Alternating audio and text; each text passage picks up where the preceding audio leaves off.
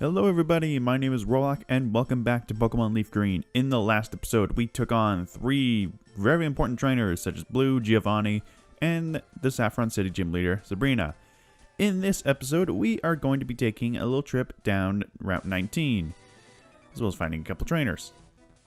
Route 19 is the only route we have not gone down yet. It's directly south of Fuchsia City, so we could have gone here quite a while ago because these trainers are a bit low leveled for us. Could have honestly used the experience a bit before we actually head up before we went up to Saffron City. But it's still nice to do things like a bit out of order. To be honest, I'm not even too sure if I did like all the right orders before I fought what's her face, Sabrina, because she was still a bit over leveled than me, but we managed to take her out, even though it was very, very complicated. And in this episode, like I said, we're just going to be heading down the route and heading towards our next destination, which is Cinnabar Island. We're going to be making a quick stop on the way to Cinnabar Island, because there's actually a couple islands that are of importance to us. So this video will mostly just be a lot of battling, maybe a certain event that will happen that's kind of important, but we shall see. Now that we got warmed up, I'm just going to cut this guy out. Still have not decided on a name for our Executor, because I don't know what to call it. Alright, so starting off on this route, it's practically a big water area.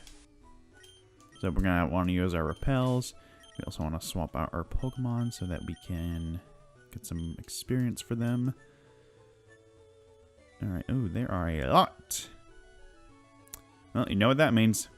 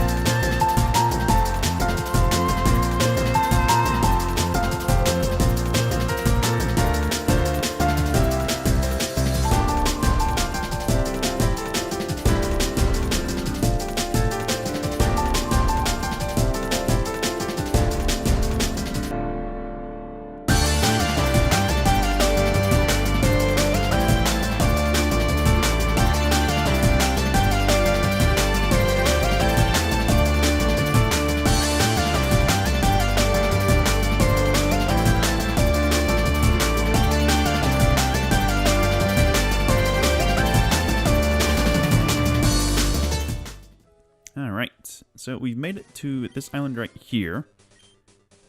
These islands are known as the Seafoam Islands. We're going to be heading in here because there's actually some cool things for us to find here. We don't have a repel on, so we're going to have to put on our one of that. Ooh, hang on. Alright, so for the Pokemon you can find here, not a whole lot on the... Oop, bump the mic again. Not a whole lot on the first floor. Once we get down to the lower floors, we are going to be getting some new encounters. However, this area is a bit of a, what's it called? Bit of a puzzle, strength puzzles. You're going to be finding a lot of these in a lot of the Pokemon games. This is our first instance of one being in the game. What we got to do is simply use strength on the rocks and push them into the holes. You hear a little noise of it falling down. Won't hear a noise of it falling. No, excuse me. You won't hear a noise of it actually falling to the ground. And in doing so, once we head down, that's that. We go ahead and push. Nope, I gotta activate it again.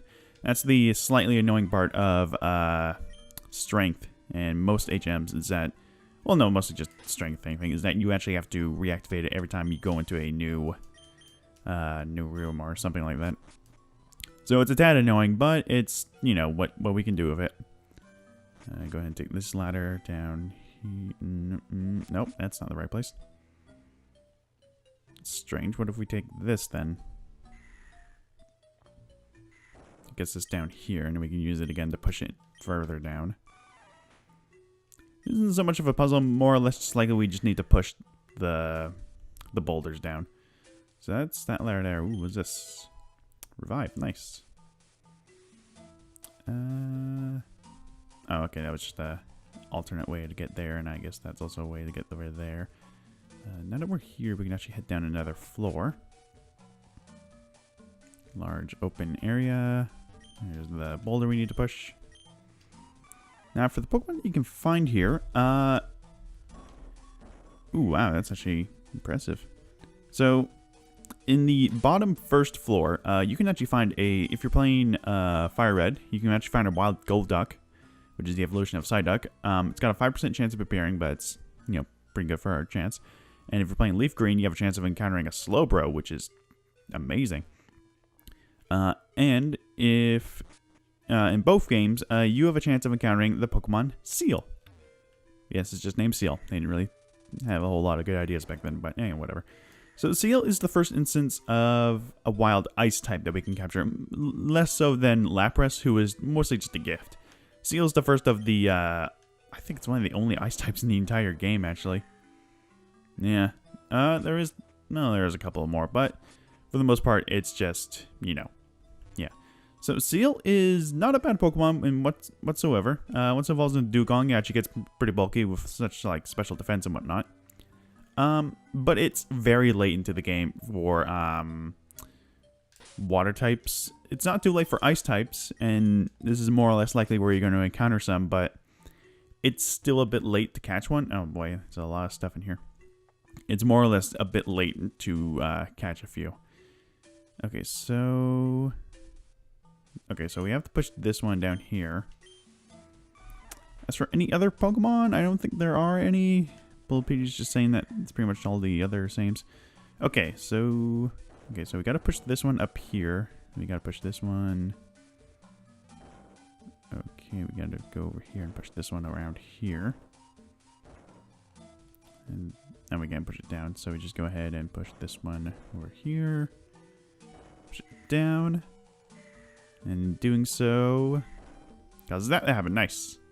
Automatically go in the surf. That prevents the currents from overlapping in the this area right here.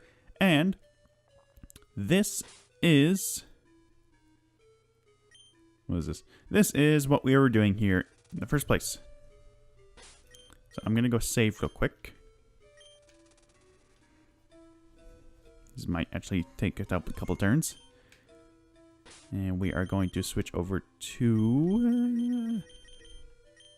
actually, we'll keep a Valoo. We'll try to keep a Valoo. Anyway, let's begin.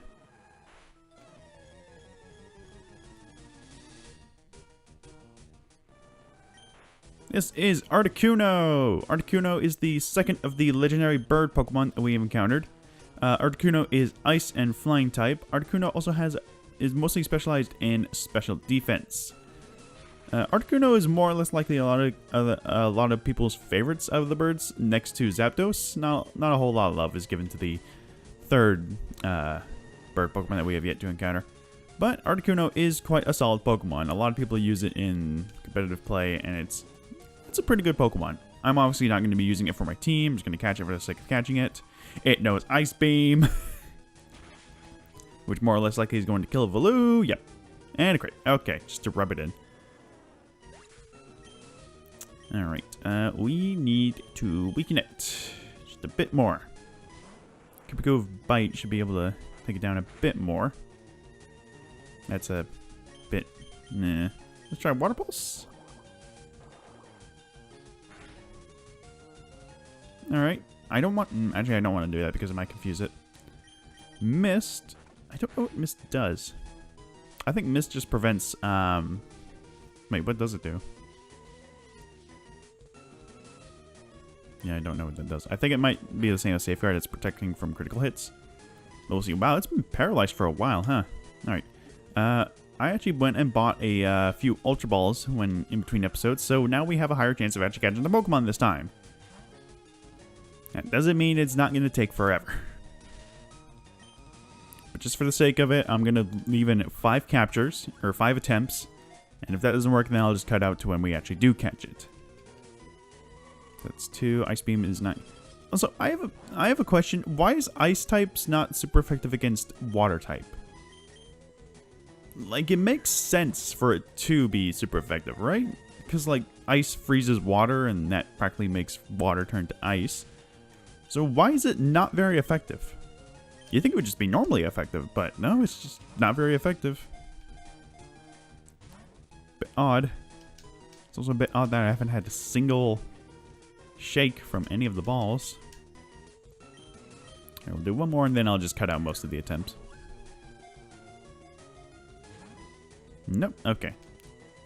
Alright, so I am going to cut out most of the attempts. If something weird happens or something funny happens, then I'll most certainly tell you guys. So I'll see you guys in just a moment.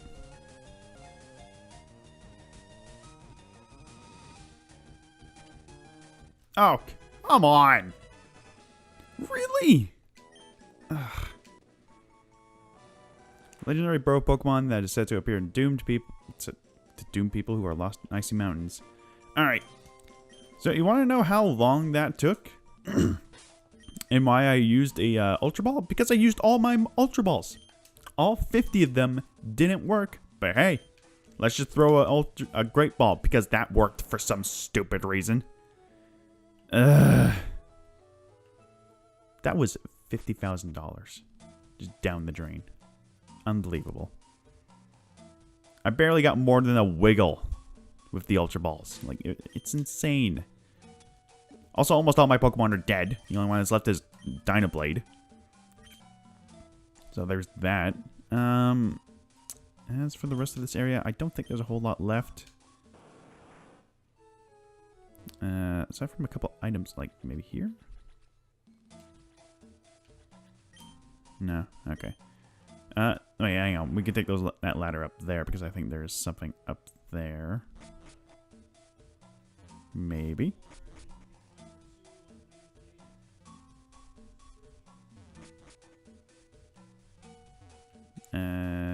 No? Oh, okay. This is just the exit.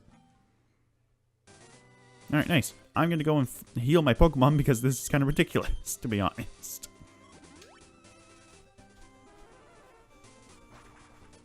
Honestly, if I had known that bloody Great Ball would have done, I would have stocked up on more Great Balls, not just Ultra Balls.